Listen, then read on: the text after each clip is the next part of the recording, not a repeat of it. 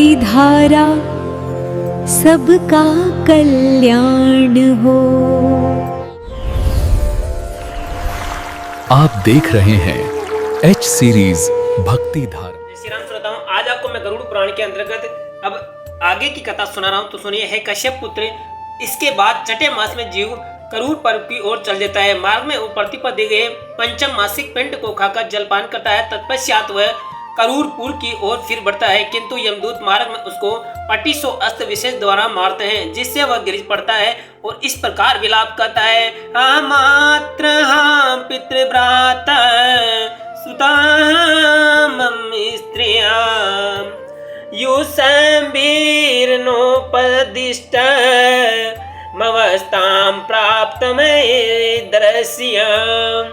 हे मेरे माता पिता और भाई बंधु, हे मेरे पुत्र, हे मेरी स्त्रियों, आप लोगों ने मुझे कोई ऐसा उपदेश नहीं दिया जिससे मैं उन दुष्कृत्यों से बच सकता, जिसके कारण मेरी इस प्रकार की अवस्था हो गई। इस प्रकार विलाप करते हुए उस जीव से यमदूत कहते हैं, अरे मूर्ख, तेरी कहाँ माता है, कहाँ पिता है, कहाँ स्त्री है, कहाँ पुत्र है और कहाँ मित्र है।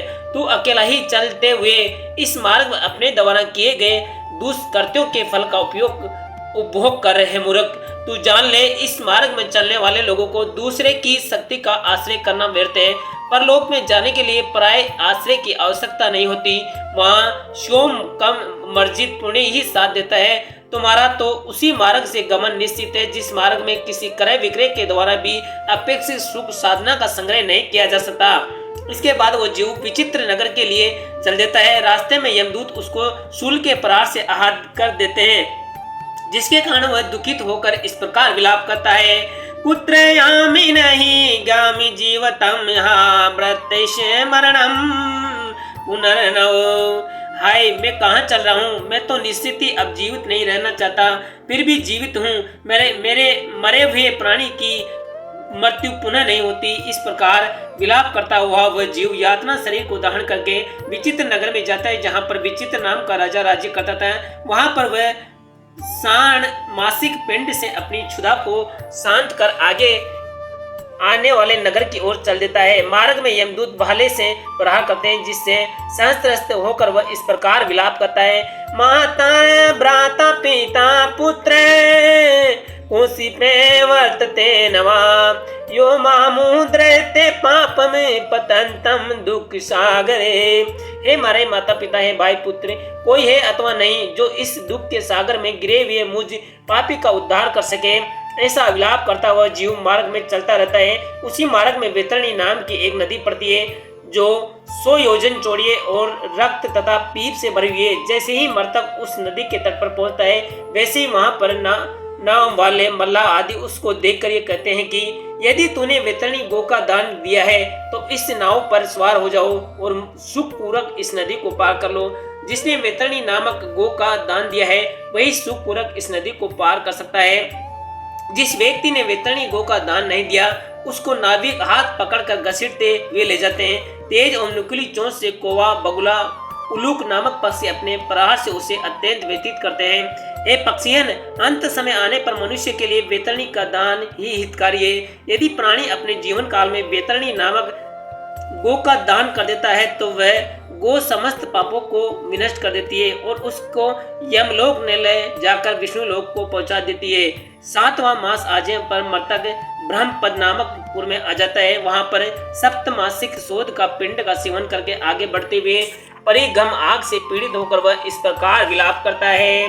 न दतम न उतम तपतम न स्नातम न कर्त्यम हितम यादृश्यम चरितम कर्मम मुडात मनम भुक्षम तादृश्यम। ये शरीर मैंने दान, आहुति, तप, तीर्थ स्थान आदि परोपकार आदि सत करते जीवन पर्यंत नहीं किया है। हे मूर्ख, अब जैसा तुमने कर्म किया वैसा ही भोग करो। हे ताक से इसके बाद वह जीव 8वें मास में दुखद पुर पहुंच जाता है और वहां सज्जनों के द्वारा दिए गए अष्टमासिक पिंड और जल का सेवन करके नाना क्रंद नामक पुरक की ओर प्रस्थान कर देता है। मार्ग में चलते हुए मूसलाघात से पीड़ित होकर वह इस प्रकार विलाप करता है। कवम जाए चटुले सा चुटपुटु वीर चरणे मम भोजनम भल्ले भल्ली वीर मुसल्यो कवम मारणम। हाय कहाँ चंचल नेत्रों वाली पत्नी के चापलूसी भरे वचनों के द्वारा किए गए मनो विनोदों के बीच मेरा भोजन होता था, और कहाँ भाला बर्छियों तथा मुसलों के द्वारा मुझे मारा जा रहा है। इस प्रकार विलाप करता हुआ जीव नरवे मास में नाना क्रंदपुर पहुंच जाता है। तदंतर नरवे मास में पुत्र द्वारा दिए गए पिंड का भोजन करके वह नाना प्रकार का विलाप करता है। तत्पश्चात यमदूत 10वें मास में उसको सूत पत्त भवन ले जाते हैं। मार्ग में वे उसको हल से मारते पीटते हैं, जिससे आहत होकर वह इस प्रकार विलाप करता है। कवम सुनो फैसले करे पाद समानम मम कवम दूत वज्र प्रतिम करे मति पदे ग्रहणम। हाय कहा पुत्रों के कोमल कोमल हाथों से मेरे पैर दाबे जाते थे, और कहां आज मुन यमदूतों के वज्र सदस्य कठोर हाथों से पैर पकड़कर मुझे निर्दयता पूर्वक घसीटा जा रहा है। जय श्री राम श्रोताओं, आगे की कथा में आपको कल सुनाऊंगा। तब तक के लिए जय श्री राम। और आप हमारे वीडियो को अधिक से अधिक संख्या में शेयर करें, और हमारे चैनल पर नए हो तो कृपया इसको फॉलो एवं सब्सक्राइब जरूर करें, और कमेंट में जय श्री कृष्णा जरूर लिखें। एच सीरीज भक्ति धारा को सब्सक्राइब करें।